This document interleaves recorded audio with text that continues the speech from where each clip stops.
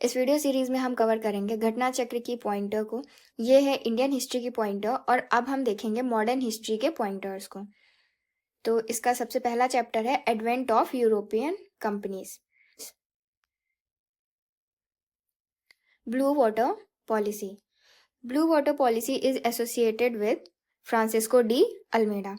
Vasco da Gama arrived at Calicut in the year. Vasco da Gama Calicut कब आए थे? 1498 AD में।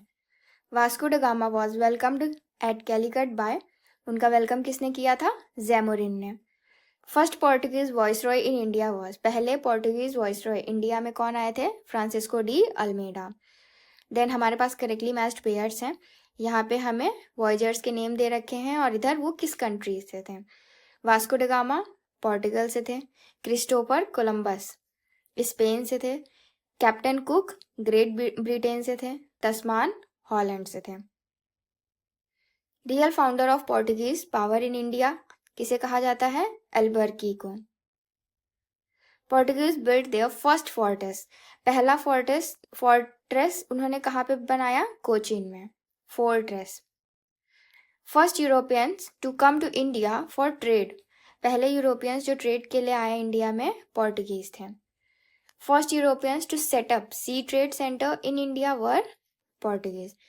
सी ट्रेड सेंटर्स को भी सेटअप करने वाले पहले यूरोपियन कौन थे? पोर्टुगीज थे। Out of the following factories, कुछ हमें फैक्ट्रीज के नाम दिए हैं। Bundle, Chinsurah, Hooghly, Shrirampur, which were establish by Portuguese. इसमें से पोर्टुगीज के द्वारा कौन सी बनाई गई हैं? Hooghly and Chinsurah.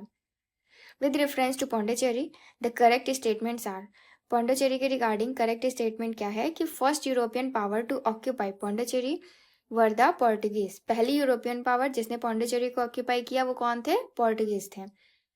Hooghly was used as a base for piracy in the bay of Bengal by, Hooghly को as a base for piracy bay of Bengal में किसके द्वारा यूज किया जा रहा था? पोर्टुगीज के द्वारा।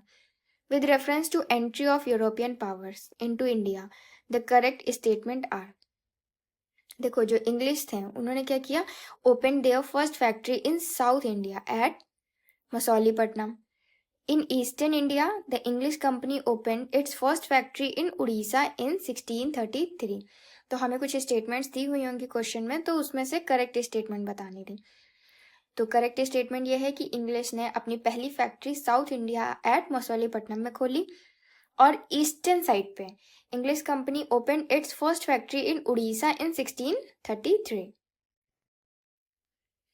एक और करेक्ट स्टेटमेंट है हमारे पास। Under the leadership of Dupleix the French occupied Madras in 1746। Dupleix की लीडरशिप में फ्रेंच ने मद्रास को ऑक्यूपाई किया था 1746 में। The first to start a joint stock company to trade with India were, सबसे पहले as a joint stock company की तरह इंडिया के साथ किसने ट्रेडिंग स्टार्ट की थी? डच ने। Dutch establish there trading centre in India the places were, Dutch ने अपने जो ट्रेडिंग सेंटर स्टार्ट किए थे इंडिया में वो कौन से थे? Nagapattinam, Chinsurah, Machilipatnam, Machilipatnam, Surat, Bharuch, Agra, Cochin, Ahmedabad, Patna. Dutch East India company established its factory at Patna in the year, Dutch East India company ने अपनी जो फैक्ट्री पटना में इस्टेब्लिश की थी वो 1632 एडी में की थी। देन हमारे पास एक करेक्ट स्टेटमेंट है। The Dutch defeated the Portuguese and built William fort in the modern Kochi, Dutch ने पोर्टुगीज को हराया था और विलियम्स फोर्ट बनाया था मॉडर्न कोची में। With reference to Indian history correct statements are, कुछ हमारे पास करेक्ट स्टेटमेंट्स दिए हैं। Alfonso de Albuquerque captured Goa from Bijapur sultanate, Albuquerque ने क्या किया था? गोवा को कैप्चर किया था बीजापुर सल्तनत से। The English East India company established a factory at Madras on a plot of land leased from a representative of Vijayanagar empire, Vijayanagar empire के एक रिप्रेजेंटेटिव ने एक प्लॉट, एक जमीन लीज पे दी थी किसको? इंग्लिश ईस्ट इंडिया कंपनी को, जहां उन्होंने अपनी कंपनी बनाई, फैक्ट्री स्टैब्लिश की। The secret of success of east India company in India was, east India company की सक्सेस का क्या सीक्रेट था? Absence of nationalism in India, The company army received western training and they had modern arms. Nationalism की कमी थी. Company army को western training दी गई थी and they had modern arms. उनके पास जो आर्म्स एंड वेपन्स थे. Indian soldiers lacked fidelity. Consequently, that one who paid them sufficient could have them on his service. The British companies which got the first charter permitting them to trade in India was. कौन सी British companies थी जिनको पहला charter मिला trade करने का? Levant company. When the British East India Company was formed in London, then Mughal emperor of India was. जब British East India Company London में बनी तो उस टाइम मुगल एम्पर कौन थे? Akbar. The English East India Company established its first temporary factory in India during the reign of Mughal emperor Jahangir. English East India company ने अपना जो पहला टेम्परेरी फैक्ट्री सेटअप की थी वो जहांगीर के टाइम पीरियड में की थी. Out of the given options namely Pune, Goa, Pondicherry, Surat, the first factory of east India company was established eight. तो हमारे पास ये कुछ ऑप्शन दे रखे हैं, पुणे, गोवा, पौंडीचेरी, सूरत. पहली फैक्ट्री ईस्ट इंडिया कंपनी ने अपनी कहाँ एस्टैब्लिश की थी? सूरत में. The British official who defeated Portuguese at Swally was Thomas Best. कौन से ब्रिटिश ऑफिशियल थे जिनको पोर्टुगीज ने डिफीटेड पोर्टुगीज, जिन्होंने पोर्टुगीज को हराया एट सॉवले बैटल पे? थॉमस बेस्ट उनका नाम था. Then next, the European trading company which established its first factory at Surat. European trading company जिसने अपनी पहली फैक्ट्री सूरत में लगाई वो कौन थे? English. In the year 1613 the place where the English East India company was given permission to setup a factory. 1613 में English East India company को कहाँ परमिशन मिली थी फैक्ट्री सेटअप करने की? सूरत में. एक ही क्वेश्चन को देखिए अलग अलग तरीके से पूछा जा रहा है. Bombay was taken over by the English East India Company from. Bombay was taken over by the English East India Company. English East India Company ने पोर्टुगीज से बॉम्बे ले लिया था. The English governor of East India Company in India who was expelled by Aurangzeb. कौन से English governor थे east India company के who was expelled by Aurangzeb? Sir John Child. The immediate cause of the first Carnatic War was. जो immediate cause क्या था first Carnatic war का? Capture of French ships bye the British. Britishers ने क्या किया था? French ships को capture कर लिया था. Carnatic war was fought between. Carnatic war जो थी वो किसके बीच में हुई थी? इंग्लिश और फ्रेंच के बीच में हुई थी. देन हमारे पास करेक्टली मैच्ड पेयर्स हैं. इधर लिस्ट 1 दी है, इधर लिस्ट 2 दी है. First Carnatic war ended by the treaty of Aix la Chapelle. पहली कर्नाटिक वॉर जब खत्म हुई तो कौन सी ट्रीटी साइन हुई थी? Treaty of Aix la Chapelle. Third Carnatic war ended by treaty of Paris. Second Carnatic war inconclusive war. First Mysore war Britishers हार गए थे. देन यहाँ पे हमें बैटल दिया है और वो किस साल में हुई? फर्स्ट बैटल ऑफ कर्नाटका 1746 से 1748. Second battle of Karnataka 49 to 54 चली. थर्ड बैटल ऑफ कर्नाटका 58 से 63 चली.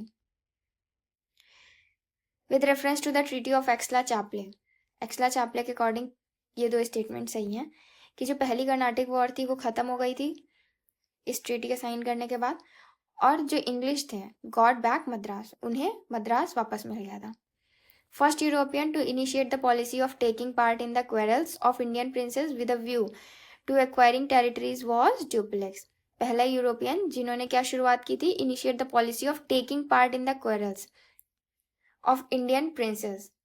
मतलब वो जो इंडियन प्रिंसेस थे उनसे लड़ाई लड़ना है with a view to acquiring territories, और उनकी जमीनों को एक्वायर करना. कौन थे वो? Dupleix. In India French establish their earliest factory. India में फ्रेंच ने अपनी अर्लीस्ट फैक्ट्री कहाँ लगाई? सूरत में. French East India company was constituted during the reign of Louis 14. Louis 14 के टाइम में फ्रेंच ईस्ट इंडिया कंपनी ने अपनी फ्रेंच ईस्ट इंडिया कंपनी को कॉन्स्टिट्यूट किया गया था. The founder of French company in India is considered. French company के founder कौन थे? Colbert. The factories of Bengal were established by the Dutch. Bengal की फैक्ट्री established by Dutch कौन सी थी? Chinsurah and Hooghly. The French failed to establish power in the Deccan because French failed अपनी power Deccan में establish नहीं कर पाए थे क्योंकि the English had a strong army. Then next point is the sequence of the arrival of European powers in India is. ठीक है, India में जो यूरोपियन पावर्स आई उनका सीक्वेंस क्या है. सबसे पहले पोर्टुगीज आए थे, फिर डच आए थे, डच के बाद इंग्लिश आए थे, इंग्लिश के बाद सबसे लास्ट में फ्रेंच आए थे. देन हमारे पास करेक्टली मैच्ड लिस्ट है. Pondicherry French, Goa Portuguese, Tranquebar Danish, Dane, then Sadras Dutch. The region from where Europeans got best soda, salt, pepper and opium. सबसे ज़्यादा कहाँ मिलता था ये? बिहार में. The last to come to pre-independence India as trader among European is French. With reference to the cause of the success of British and failure of the French in India. British की success के पीछे और French के failure के पीछे क्या cause था? Getting huge wealth and man power from the conquest of Bengal by British. Britishers ने क्या किया था? बंगाल जीत लिया था, जिससे उनको बहुत ज़्यादा वेल्थ और मैन पावर मिल रही थी. Naval superiority of the British. Britishers की ओशियंस में भी सुपीरियरिटी थी, सुपीरियर थे वो. The establishment of factories by East India company in the first quarter of 17th century. Establishment of factories by East India company. East India company के द्वारा जो factories establish की गई first quarter of 17th century में, वो कहाँ की गई थी? आगरा, अहमदाबाद, बड़ौदा एंड ब्रॉच बाय 1619 तक.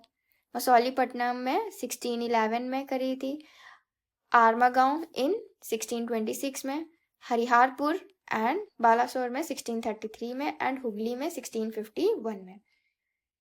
तो ये कुछ पॉइंटर्स थे हमारे पहले चैप्टर से. जिस advent of European companies, European companies जो इंडिया में आई उनसे रिलेटेड जो भी क्वेश्चंस पूछे गए.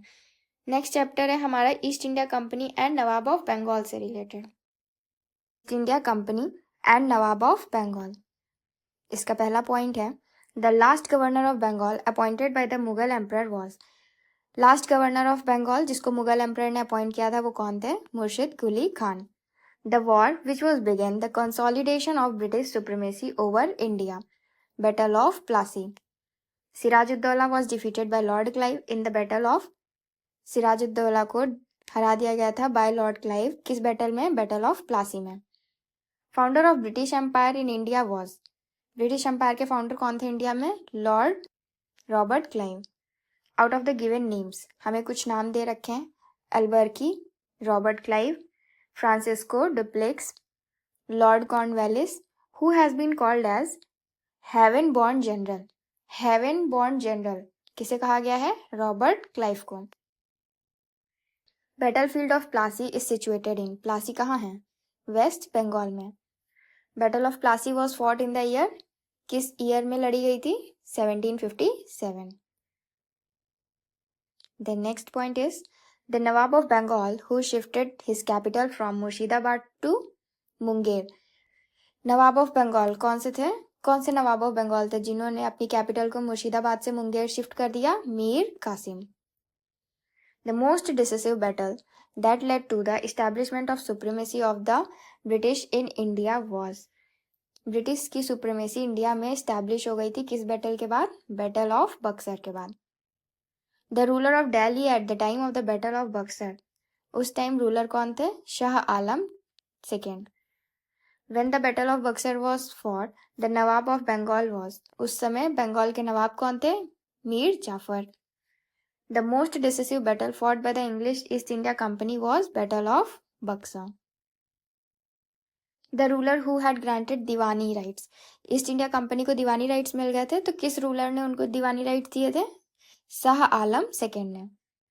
With reference to the Hindu नायाब वजीर of Awadh Sultanate, the correct statements are Hindu नायाब वजीर ऑफ अवध सल्तनत. उनके लिए करेक्ट स्टेटमेंट क्या है? राजा तिकैट राय वॉज अर्थ मंत्री of Nawab Asaf-ud-Daula.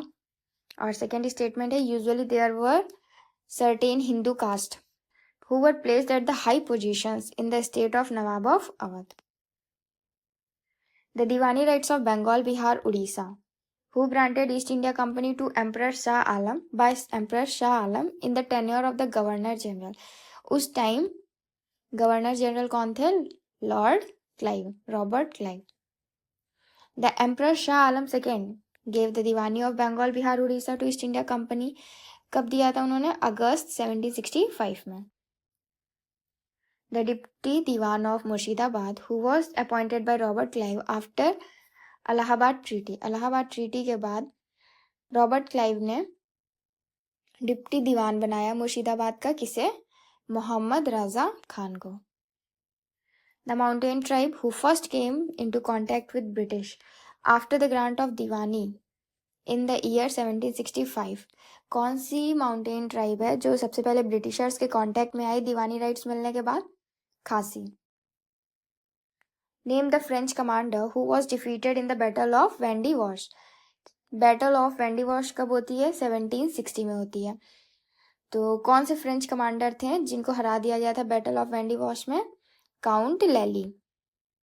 In the battle of Wendy wash 1760 British defeated French. Britishers ने किसको हरा दिया था? फ्रेंच को हरा दिया था. The correct chronological order of the battles. जो भी 18th सेंचुरी में बैटल्स हुई उनका करेक्ट क्रोनोलॉजिकल ऑर्डर क्या है? सबसे पहले हुई battle of Ambur, then battle of Plassey, फिर उसके बाद होता है बैटल ऑफ वेंडीवॉस और लास्ट में है battle of Buxar. In India the rulers who opposed Britishers vigorously. India में कौन से रूलर्स थे जो ब्रिटिशर्स का अपोज कर रहे थे? मराठा. देन हमारे पास करेक्टली मैच्ड पेयर है. बैटल ऑफ बक्सर किसके बीच में हुई है? Mir Qasim against East India Company. Battle of Wandiwash French against East India Company. Battle of Chillianwala Dalhousie against Sikh. Battle of Kharda किसके बीच में हुई है? निज़ाम अगेंस्ट मराठा. तो ये थे हमारे कुछ points, important points East India Company and Nawab of Bengal से पूछे गए. अब हमारा नेक्स्ट चैप्टर है regional states Punjab and Mysore. Regional states Punjab and Mysore. इसका पहला पॉइंट है out of the given places. हमें कुछ प्लेसेस के नाम दिए हुए हैं. Delhi, Kabul, Makrana, Srinagar which was included in the kingdom of Ranjit Singh. इसमें से रंजीत सिंह के किंगडम में कौन इंक्लूडेड था? श्रीनगर. रंजीत सिंह कहाँ से थे? सुकर, चाकिया, मिसल. कैपिटल क्या थी महाराजा रंजीत सिंह की? Lahore. Ranjit Singh got famous Kohinoor diamond from. Ranjit Singh को जो फेमस कोहिनूर डायमंड है वो कहाँ से मिला था? शाह सूजा से. फिर एक स्टेटमेंट है God intended me to look upon the all religious with one eye, that is why he took away the light from the other. ये एक स्टेटमेंट है कि गॉड क्या चाह रहे थे कि मैं सभी रिलीजियस पे देखूं, सभी रिलीजियस को देखूं बराबर. With one eye, that is why he took away the light from the other. तो ये जो स्टेटमेंट है ये किसने कही है? महाराजा रंजीत सिंह ने. उनके सक्सेसर कौन थे? खड़क सिंह. सिख एम्पायर के लास्ट किंग कौन थे? महाराजा दुलीप सिंह. फिर हमारे पास कुछ स्टेटमेंट्स दिए हैं. Former king of Punjab Maharaja Duleep Singh died in Paris on 23 October 1893. Was cremated at Nashik. Never renounce the Sikh faith. Had never visited Russia. The correct statement is are. तो हमें करेक्ट स्टेटमेंट बतानी है इसमें से. देखो पहली स्टेटमेंट क्या है? पहली स्टेटमेंट यह है कि जो फॉर्मर किंग थे पंजाब के महाराजा दुलीप सिंह वो कहाँ डाई हुए थे? पेरिस में ऑन 23 अक्टूबर 1893. सेकेंड स्टेटमेंट है was cremated at Nashik. And third statement है never renounce the Sikh faith. Had never visited Russia. तो हमें करेक्ट स्टेटमेंट बतानी है. तो इसका जो करेक्ट स्टेटमेंट है वो ये है कि farmer king of Punjab Maharaja Duleep Singh died in Paris France on 23 October 1893. Then, to administer the state of Punjab after its annexation, who was? We were a member of board of 3. तो पंजाब को एडमिनिस्टर करने के लिए आफ्टर एनेक्सेशन कौन कौन member थे board के? Sir Henry Lawrence जो प्रेसिडेंट थे, चार्ल्स, ग्रेनविले, मैंसेल और John Lawrence. The ruler who emerged victorious in the first एंग्लो-मैसूर war, 1767 से 69 तक की फर्स्ट एंग्लो मैसूर वॉर हुई। तो कौन से रूलर जो हैं वो निकल के आए थे इससे? Hyder Ali. A modern armoury in Dindigul Mysore was established in 1755 by, जो मॉडर्न आर्मरी है इस टाइम डिंडीगुल में मैसूर में, वो इस्टेब्लिश की गई थी 1755 में। किसके द्वारा? हैदर अली के द्वारा। Then next point is British general who defeated या beat Hyder Ali in war of Porto Novo. कौन थे ब्रिटिश जनरल वो? Sir Eyre Coote. Tipu Sultan set up his capital at, Tipu Sultan ने अपनी कैपिटल कहाँ सेटअप की? श्रीरंगापट्टनम में। The Indian ruler who established embassies in foreign countries on modern lines, कौन सा इंडियन रूलर था जिसने इस्टेब्लिश की थी अपनी एम्बेसीज को फॉरेन कंट्रीज में, जैसा कि आज होता है? Tipu Sultan. Tipu Sultan defeated the British army in 1780 at Pollilur. The Englishman made the treaty of Srirangapatnam with, Englishman ने श्रीरंगपट्टनम की ट्रीटी किसके साथ की थी? टीपू सुल्तान के साथ। Tipu Sultan died at war with the British in 1799 में उनकी डेथ हो गई। देन हमारे पास करेक्टली मैच्ड पेयर्स हैं। देखो, first Anglo Mysore war, Hyder Ali won the war, Hyder Ali जीत गए थे। Second Anglo Mysore war, indecisive. Third Anglo Mysore war, Tipu Sultan was defeated in the battle and gave his territory to British. और फोर्थ एंग्लो मैसूर वॉर में क्या हुआ? Tipu was defeated and was killed in the middle of battle. Then correct statement बता, correct match करना है, ठीक है। Treaty दिया है, इधर उसका ईयर दिया हुआ है। ट्रीटी ऑफ इलाहाबाद 1765 में साइन की गई थी। Treaty of Mangalore 1784, treaty of Salbai 1782, treaty of Madras 1769। तो सबसे पहले कौन सी आई थी? Treaty of Allahabad, then treaty of Madras, फिर उसके बाद ट्रीटी ऑफ सालबाई, फिर आई थी treaty of Mangalore. Begum Samru constructed most eminent church at, Begum Samru ने मोस्ट एमिनेंट चर्च कहाँ बनाया? सरदाना में। फिर हमारे पास कुछ करेक्ट स्टेटमेंट हैं। Maharaja Ranjit Singh set up modern foundries to manufacture cannons at Lahore, Maharaja Ranjit Singh ने क्या सेटअप किया था? Modern foundries to manufacture cannons at Lahore. Sawai Jai Singh of Amber had Euclid's element of geometry translated into Sanskrit. And Sultan Tipu of Mysore gave money for the construction of the idol of goddess Sharda is the Sringeri temple. Tipu Sultan जो थे मैसूर के, उन्होंने पैसे दिए थे किस लिए? For the construction of the idol of goddess Sharada. Then the correct statement is, फिर हमारे पास एक मीर जाफर को लेके करेक्ट स्टेटमेंट है। Mir Jafar entered into a conspiracy with the English for the defeat of Nawab Sirajuddaulah in the battle of Plassey. Battle of Plassey में क्या हुआ था? मीर जाफर जो है वो ब्रिटिशर्स के साथ मिल के उन्होंने कॉन्स्पिरेसी की थी अगेंस्ट नवाब सिराजुद्दौला और हरा दिया था उन्हें। Then the Nizam who did not rebel against the control of British East India company, कौन से निज़ाम थे जिन्होंने ब्रिटिश ईस्ट इंडिया कंपनी के अगेंस्ट रेबल नहीं किया? हैदराबाद निज़ाम। तो ये है मॉडर्न हिस्ट्री का 4th chapter, governor, governor general and viceroy. Governor, governor general और वॉइसरॉय से पूछे गए जितने भी प्रीवियस ईयर क्वेश्चंस हैं उन सभी क्वेश्चंस को पॉइंटर्स के फॉर्म में इसमें लिखा गया है। तो सबसे पहला पॉइंट है, first governor general of India was, पहले गवर्नर जनरल इंडिया के कौन थे? William Bentinck. Warren Hastings was appointed as the first governor general of, Warren Hastings को पहला गवर्नर जनरल कहाँ का बनाया गया था? बंगाल का। देन हमारे पास मैच द फॉलोइंग है, इधर हमें इवेंट्स दिए हैं, इधर उनका ईयर दिया हुआ है।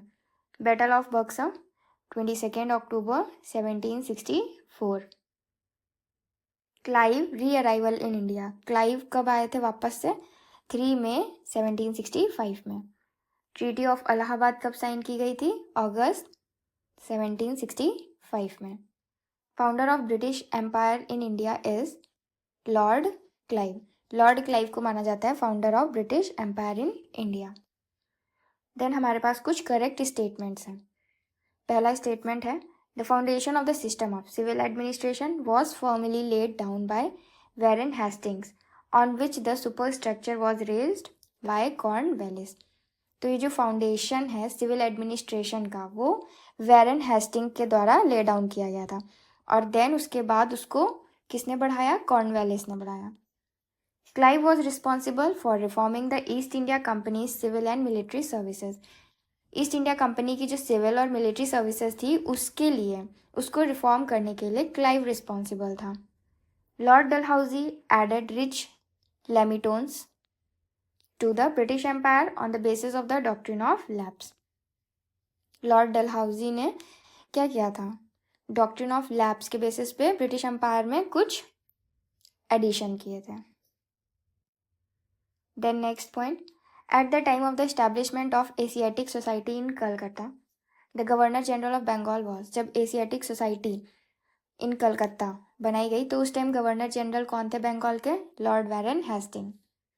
Policy of security cell is related with. Security cell की पॉलिसी किससे रिलेटेड है? वैरन हेस्टिंग से।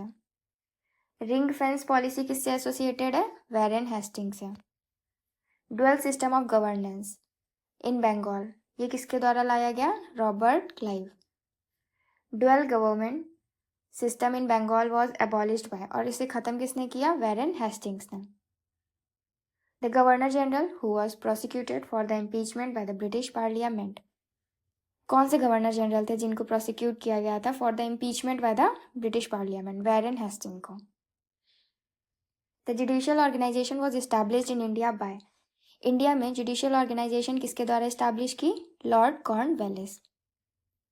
Governor general who created the covenanted civil service of India which later came to be known as Indian civil services. कौन से governor general थे जिन्होंने covenanted civil service of India को create किया और फिर बाद में उसको इंडियन सिविल सर्विसेज कहा जाने लग गया? कौन थे वो? Cornwallis. The enforcement of the public service was done in the, तो जो एनफोर्समेंट था पब्लिक सर्विस का वो कॉर्नवेलिस के टाइम पीरियड में किया गया। The tomb of Lord Cornwallis is situated at, इनका टॉम्ब कहाँ है? गाजीपुर में। ट्रीटी ऑफ बसीन, इसको साइन किया गया था 1802 में between English and Bajirao second के बीच में। First Maratha sardar to accept the subsidiary alliance, पहले मराठा सरदार कौन थे जिन्होंने सब्सिडरी अलायंस को एक्सेप्ट किया? सब्सिडरी अलायंस कौन लेके आया था? लॉर्ड वेलेस्ली लेके आए थे। तो किसने सबसे पहले एक्सेप्ट किया? पेशवा बाजीराव सेकेंड ने। Subsidiary alliance was implemented during the reign of, किसके टाइम पीरियड में इम्प्लीमेंट की गई? Wellesley. The statements apply to the system of subsidiary alliance introduce by Lord Wellesley are. Subsidiary alliance से रिलेटेड कुछ statements हैं। पहला है, to maintain a large standing army at others expense, दूसरों के खर्चों पे एक बड़ी सी आर्मी को रखना। To keep India safe from Napoleon danger, India को सेफ किससे सेफ कर रहे थे वो लोग? नेपोलियन डेंजर से। To establish British paramountcy over the Indian states, और इंडियन स्टेट्स पे ब्रिटिश का क्या करना था? ब्रिटिश का दबदबा बनाना था। First Indian ruler who join the subsidiary alliance was, पहले इंडियन रूलर जिन्होंने सब्सिडरी अलायंस को ज्वाइन किया वो थे नवाब ऑफ अवध। पहले Indian native ruler to accept the system of subsidiary alliance is Nizam of Hyderabad. तो यहाँ पे एक इम्पॉर्टेंट पॉइंट दे रखा है, if it is asked which was the first state to accept the subsidiary alliance of Wellesley in a question, the answer क्या होगा? हैदराबाद। अगर आपसे पूछा जा रहा है कि पहला स्टेट कौन था जिसने सब्सिडरी अलायंस को एक्सेप्ट किया था, वो था हैदराबाद। फिर हमारे पास कुछ ऑप्शंस हैं, Hyderabad, Mysore, Awadh, Scindia concluded the subsidiary alliance with Lord Wellesley. The correct chronological order of their treaties, तो हमें क्रोनोलॉजिकल ऑर्डर में लगाना है। सबसे पहले हैदराबाद ने साइन की थी, देन मैसूर ने, then Awadh, then Scindia. The main aim of East India Company to make a subsidiary alliance in Rajput states was. Main aim क्या था ईस्ट इंडिया कंपनी का? To make a subsidiary alliance Rajput states में. To establish the sovereignty of the British.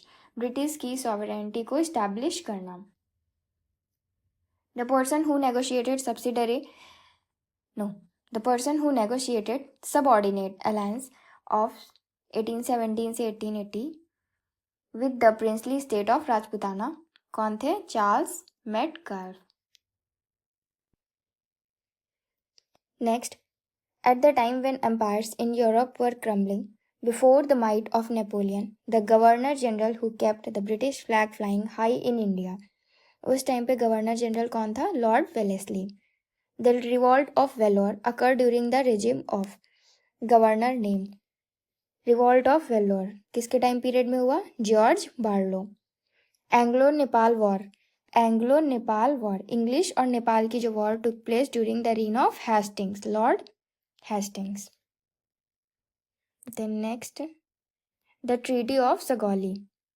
Treaty of Sagauli कब हुई? 1815 में. फिर हमारे पास करेक्टली मैच्ड पेयर्स हैं. Hector Munro battle of Buxar से रिलेटेड है. Hasting Anglo Nepal war. Wellesley जब फोर्थ एंग्लो मैसूर वॉर हुई थी. और Cornwallis third Anglo Mysore war.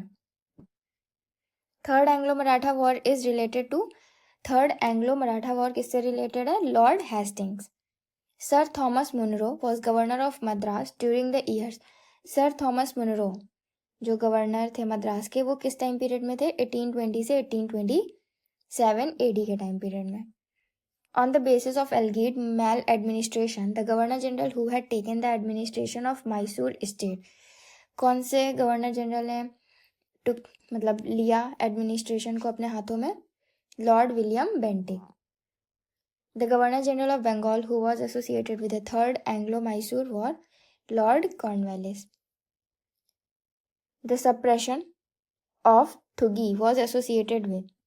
थुगी का जो सप्रेशन है, ठीक है, वो किससे एसोसिएटेड है? कैप्टन स्लीमैन से. सती सिस्टम वॉज अबॉलिश्ड बाय. किसने खत्म किया?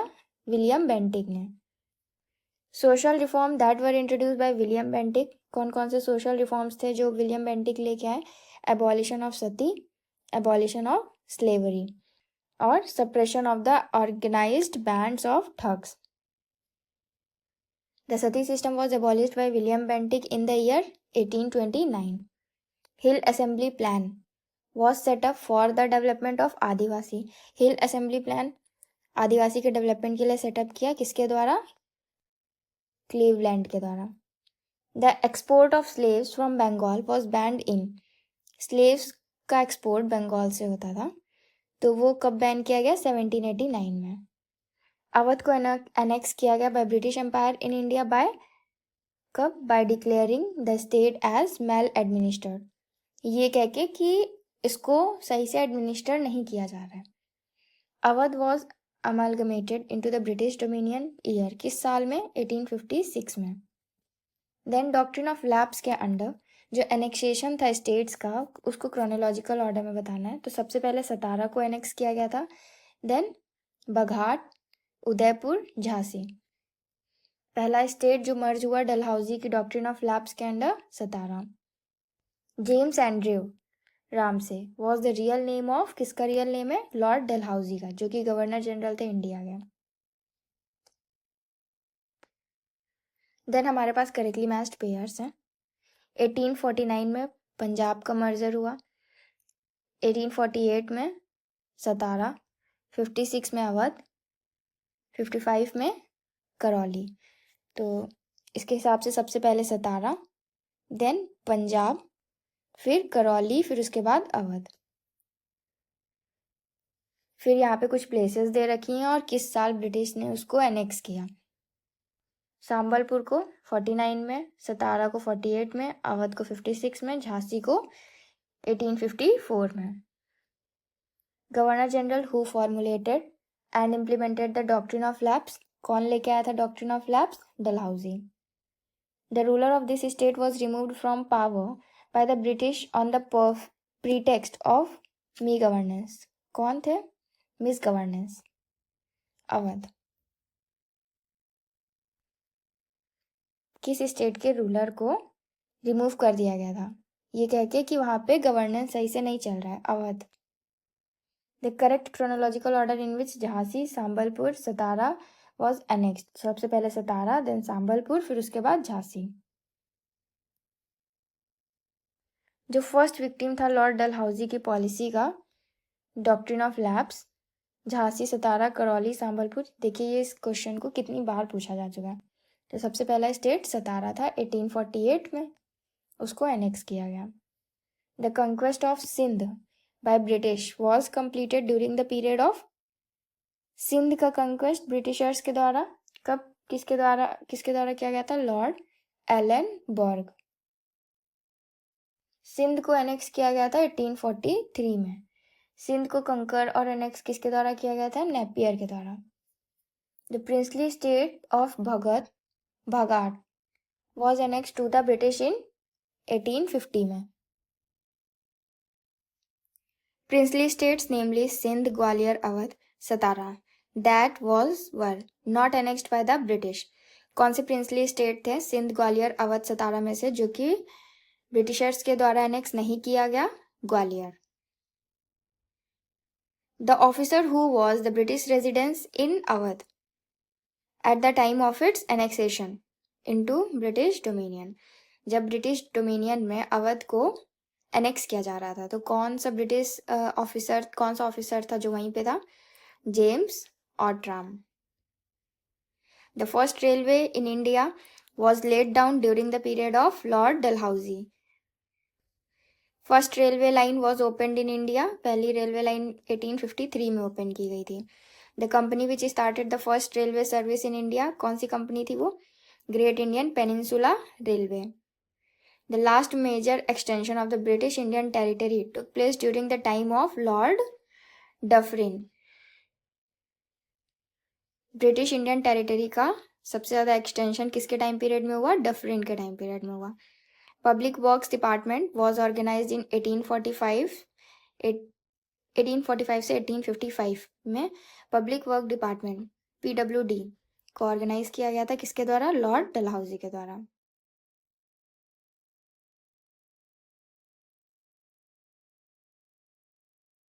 Window remarriage act was implemented under the rule of. Widow remarriage act किसके रूल के अंडर मतलब इसको इम्प्लीमेंट किया गया था? Lord Canning.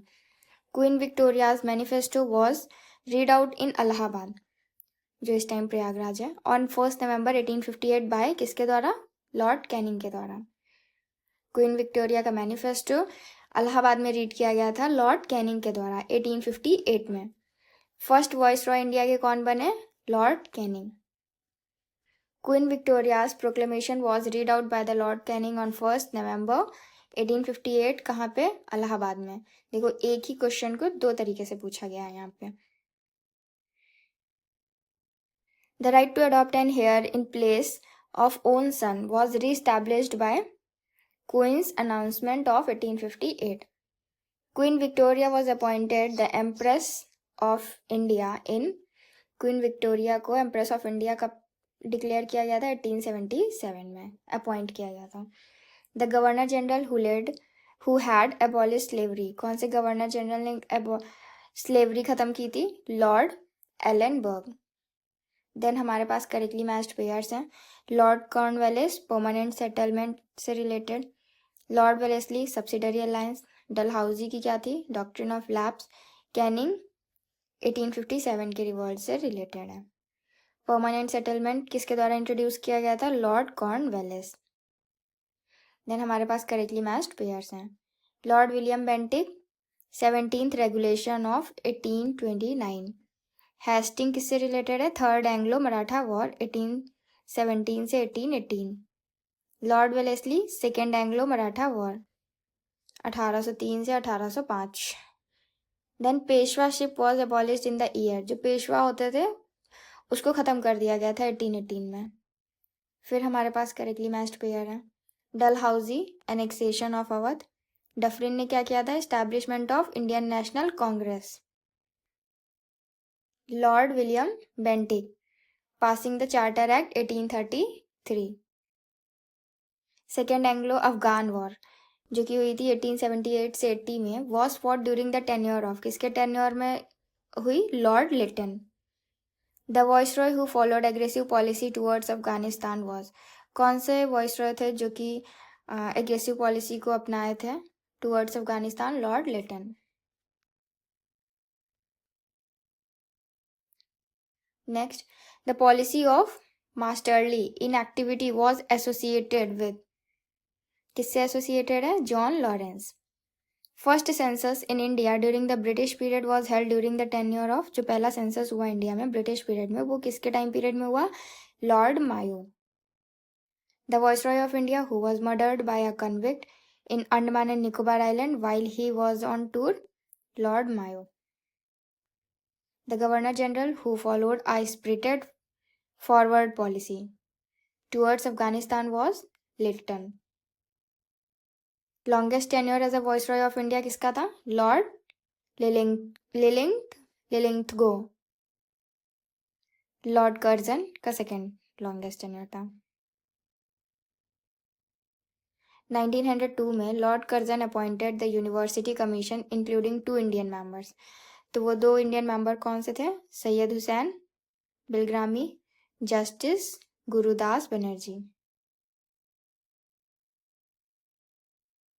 The governor general who established imperial cadet corps, कौन सा गवर्नर जनरल थे जिन्होंने इंपीरियल कैडेट कॉर्प्स को एस्टैब्लिश किया था? Lord Curzon.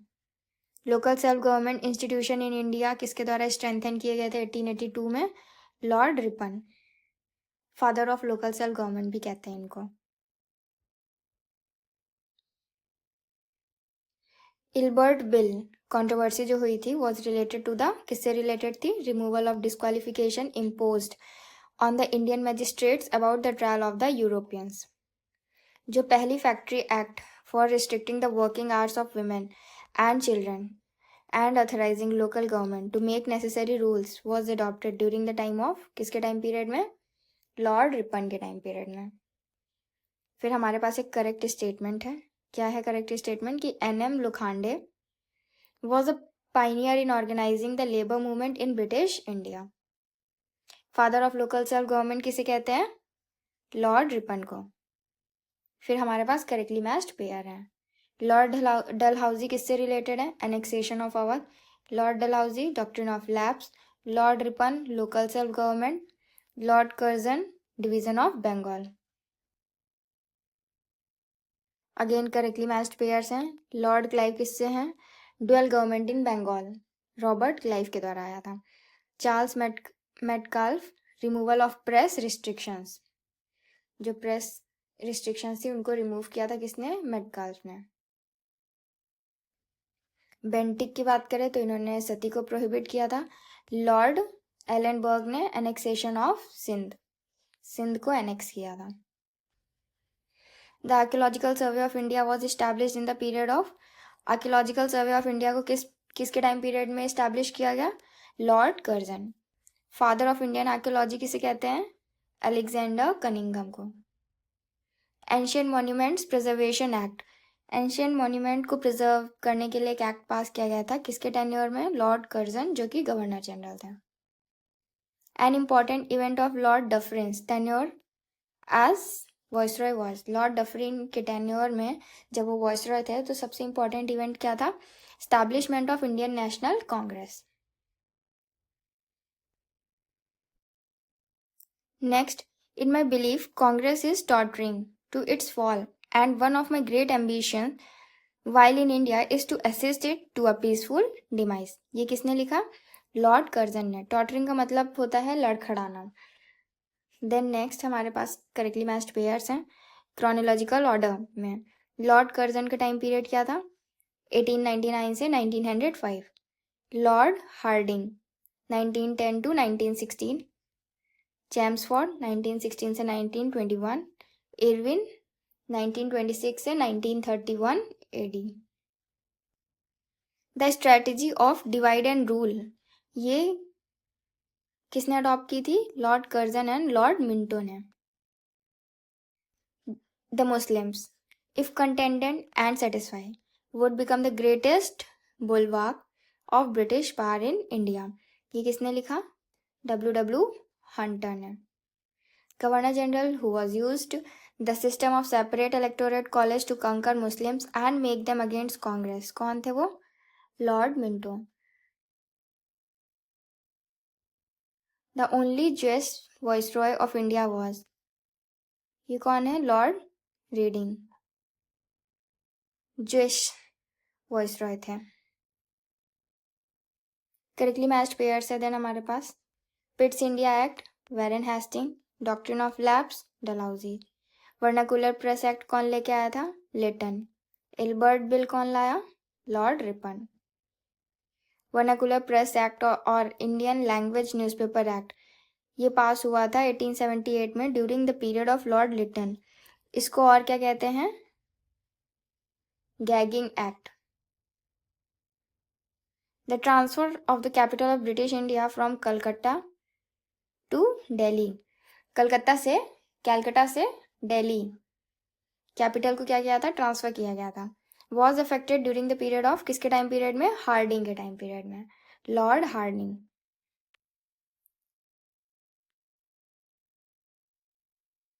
देन हमारे पास correctly matched pairs again. Doctrine of lapse, Dalhousie. Partition of Bengal, Curzon. Dual government in Bengal, Clive, Robert Clive. Social reform से रिलेटेड कौन है? Bentinck. The correctly matched pairs. Correctly matched pairs है हमारे पास again. Governor general of presidency of Fort William in Bengal under regulating act 1773.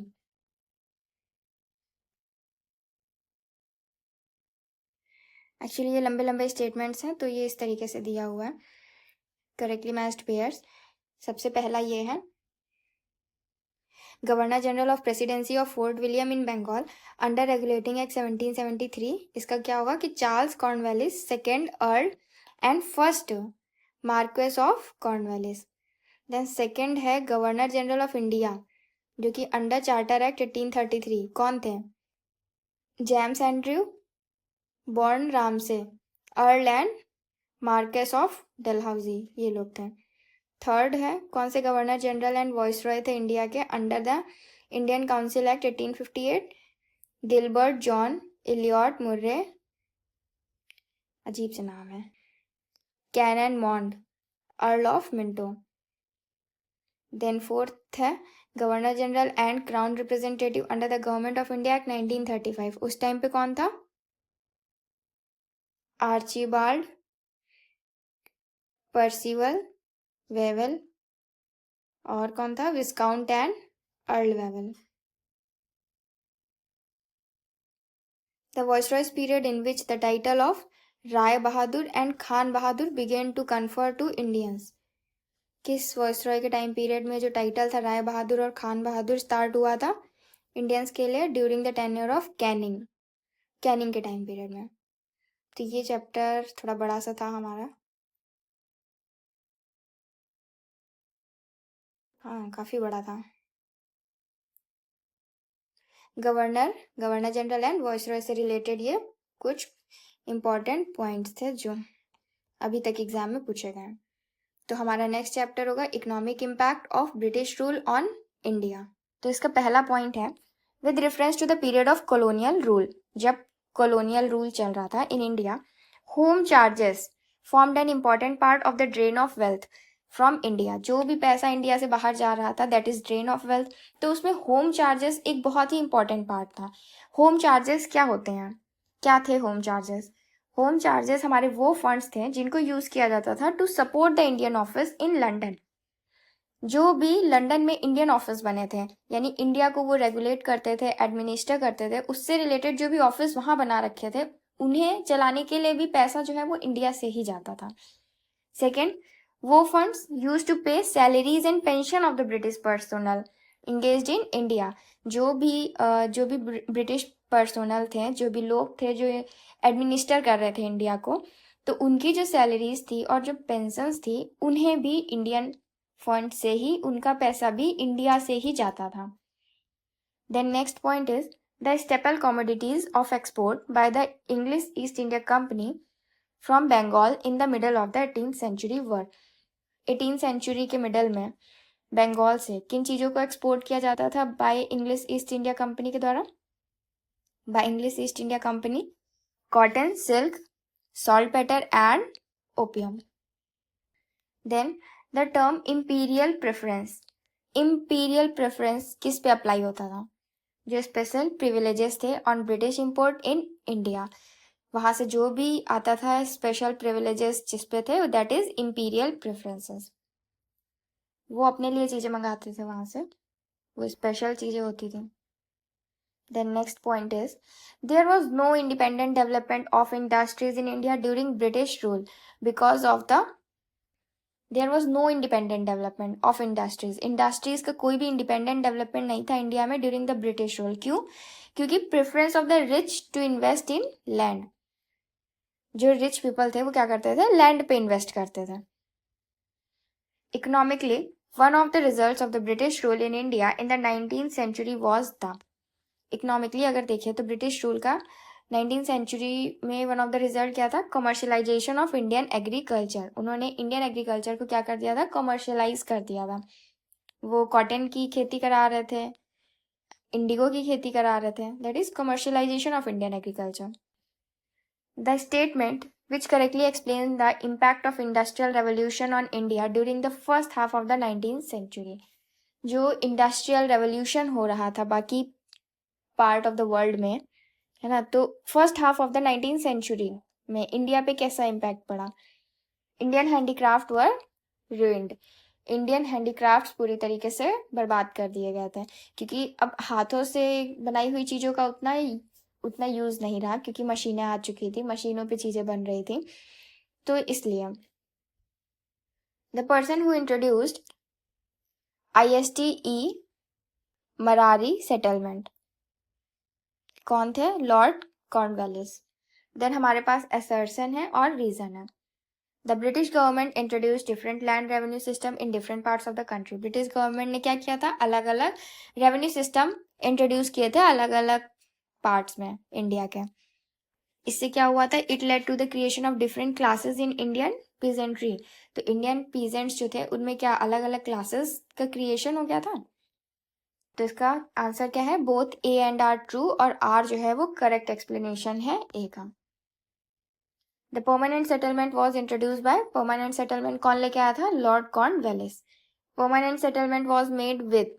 किसके साथ कर रहे थे वो लोग? लैंड लॉर्ड्स, जो जमींदार होते थे. The Governor General who introduced the permanent land revenue settlement in India, Lord Cornwallis. और किस साल में इसको इंट्रोड्यूस किया गया? 1793 में. तो परमानेंट सेटलमेंट जो कि 1793 में इंट्रोड्यूस किया गया. The zamindars were required to issue pattas to the farmer, which were not issued by many of the zamindars. Reason was, तो बहुत से जमींदार ने मतलब वो पट्टा जो है वो नहीं इशू किए थे. क्यों? There was no official check upon the zamindar, क्योंकि उनके ऊपर कोई ऑफिशियल चेक नहीं था तो वो नहीं कर रहे थे. The correct reason for the introduction of the permanent settlement in Bihar. Bihar में परमानेंट सेटलमेंट सिस्टम क्यों लेके आए? Land revenue was constitutionalised, so to decide on the land revenue. The rights of the tenants on land in Bengal and Bihar were given by the Bengal tenancy act in the year. तो जो rights थे tenants के on land Bengal और बिहार में, तो वो किस act के द्वारा मिल रहे थे? बंगाल टेनेंसी एक्ट के द्वारा मिल रहे थे. तो ये कब आया था? 1885 में. अमंग लॉर्ड कॉर्नवालिस हमें कुछ नाम दिए हुए हैं. Lord Cornwallis, Alexander Read, Thomas Munro. Persons who were associated with the introduction of the Ryotwari system in India during the British rule. Ryotwari system से रिलेटेड कौन है इसमें? Alexander Reed and Thomas Munro. Then next point is Thomas Munro is associated with the land revenue. कौन सा land revenue settlement लेके आए थे? Ryotwari settlement. The person who was associated with the ryotwari settlement of Madras, Munro. Thomas Munro. Ryotwari settlement was introduced by the British rule in Madras, Eastern Bengal, Assam, Coorg and some areas of Bombay. इन जगहों पे Ryotwari system को, settlement को introduce किया गया था। The English introduce the Ryotwari system for the first time in, सबसे पहले उन्होंने कहा किया था, मद्रास प्रेसिडेंसी में किया था। जो ब्रिटिश का सिस्टम था रैयतवाड़ी लैंड रेवेन्यू कलेक्शन वाला, वॉज प्रिविलेंट इन, वो कहाँ प्रिविलेंट था, वेस्ट इंडिया में एंड साउथ इंडिया में। फिर हमारे पास रैयतवाड़ी सेटलमेंट को लेके कुछ स्टेटमेंट दिए हुए हैं। The statement was paid the rent was paid directly by the peasant to the government. जो रेंट था वो पीजेंट्स सीधा गवर्नमेंट को देते थे, there was no middle man. The government gave patta to the ryot or farmers, तो जो गवर्नमेंट है वो पट्टा किसे देते थे, रैयत को देते थे। The land were served and assessed before being taxed, tax से पहले लैंड को क्या किया जाता था, सर्वे किया जाता था, असेस्ड किया जाता था, देखा जाता। With reference to the history of India the correct statements are, history of India को लेके इसमें कुछ करेक्ट स्टेटमेंट्स दिए हैं। Aurang Persian term for a warehouse, a place where goods are collected before being sold. Aurang Persian term for a warehouse, ठीक है, ware house के लिए है ये एक टर्म। तो वेयर हाउस का मतलब ये जो टर्म है वो किस लिए है, वेयर हाउस के लिए है। वेयर हाउस क्या होता है, ऐसी जगह जहाँ पे गुड्स को इकट्ठा किया जाता है बेचने से पहले। बनियान क्या होता था, Indian agent of the East India company, East India company के जो इंडियन एजेंट होते थे उनको कहते थे। मिरासीदार ये designated revenue payer to the state. Then हमारे पास करेक्टली मैच्ड पेयर्स हैं। सिस्टम दे रखा है इधर और इधर उनसे रिलेटेड स्टेट है कि कौन सा सिस्टम किधर प्रिवेल करता था। जजमानी नॉर्थ इंडिया में, मिरासी तमिलनाडु, अदादे कर्नाटका, भारा बलुटे महाराष्ट्र में। First T company in Assam was established in the year, पहली टी कंपनी आसाम में किस साल में एस्टैब्लिश की गई, किस ईयर में, 1839 में। The statement defines the term drain theory propounded bye दादा भाई नरोजी। ड्रेन थ्योरी किसने दी है, दादा भाई नरोजी जी ने दी है। तो इससे रिलेटेड एक स्टेटमेंट है that a part of India's national wealth or total annual product was being exported to Britain for which India got no material return. तो ड्रेन ऑफ थ्योरी में क्या मतलब है, इसका ड्रेन का क्या मतलब है, वो पैसा इंडिया से बाहर जा रहा था जिसके बदले में हमें कुछ नहीं मिल रहा था। Financial decentralization in India was introduced by, जो फाइनेंशियल डिसेंट्रलाइजेशन था इंडिया में वो किसने इंट्रोड्यूस किया, लॉर्ड मायो ने। The Punjab land alienation act was enacted in, Punjab land alienation act कब बना, 1900 AD में। The exponent of the theory of economic drain of India during the British rule, जो इकोनॉमिक ड्रेन की थ्योरी है वो किसने दी है, दादा भाई नरोजी जी ने।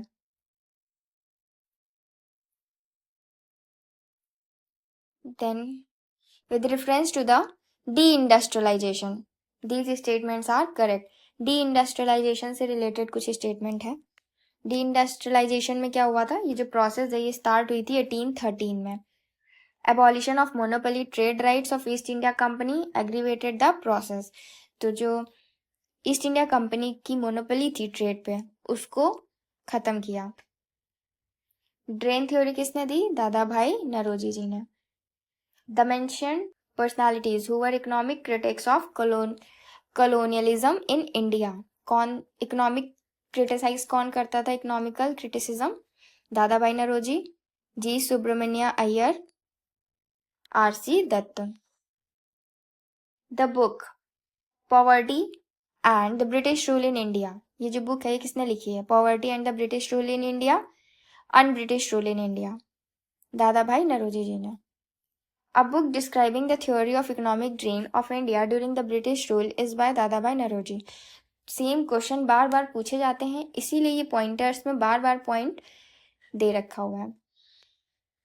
The most effective contribution made by the Dadabhai Naoroji to the cause of Indian national movement was that उन्होंने expose किया था economic exploitation of India by British, किस तरीके से जो ब्रिटिशर्स हैं वो इंडियंस का इकोनॉमिक एक्सप्लॉयटेशन कर रहे हैं, ये एक्सपोज किया था उन्होंने। देन वो सब चीज़ें उन्होंने अपनी बुक में भी लिखी। देन हमारे पास असर्शन है और इधर रीज़न है। असर्शन कह रहा है कि generally India had a favourable balance of trade during the British rule. Generally क्या होता है कि जो India had a favourable balance of trade during British rule, favourable balance of trade चल रहा था ब्रिटिश रूल में। और रीज़न कह रहा है कि the drain of wealth took the form of unrequired export, जो चीज़ें नहीं भी रिक्वायर्ड थी उनका भी एक्सपोर्ट हो रहा था। तो ये जो स्टेटमेंट है, both assertion and reason are true, और आर जो है वो इसका करेक्ट एक्सप्लेनेशन भी है। Then British economic policy is disgusting in India is considered by, British economic policy is disgusting in India, ये किसने कंसीडर किया? कार्ल मैक्स ने। The forerunner of irrigation work in south India is considered, ये किसने consider की थी बात? Sir Arthur cotton ने।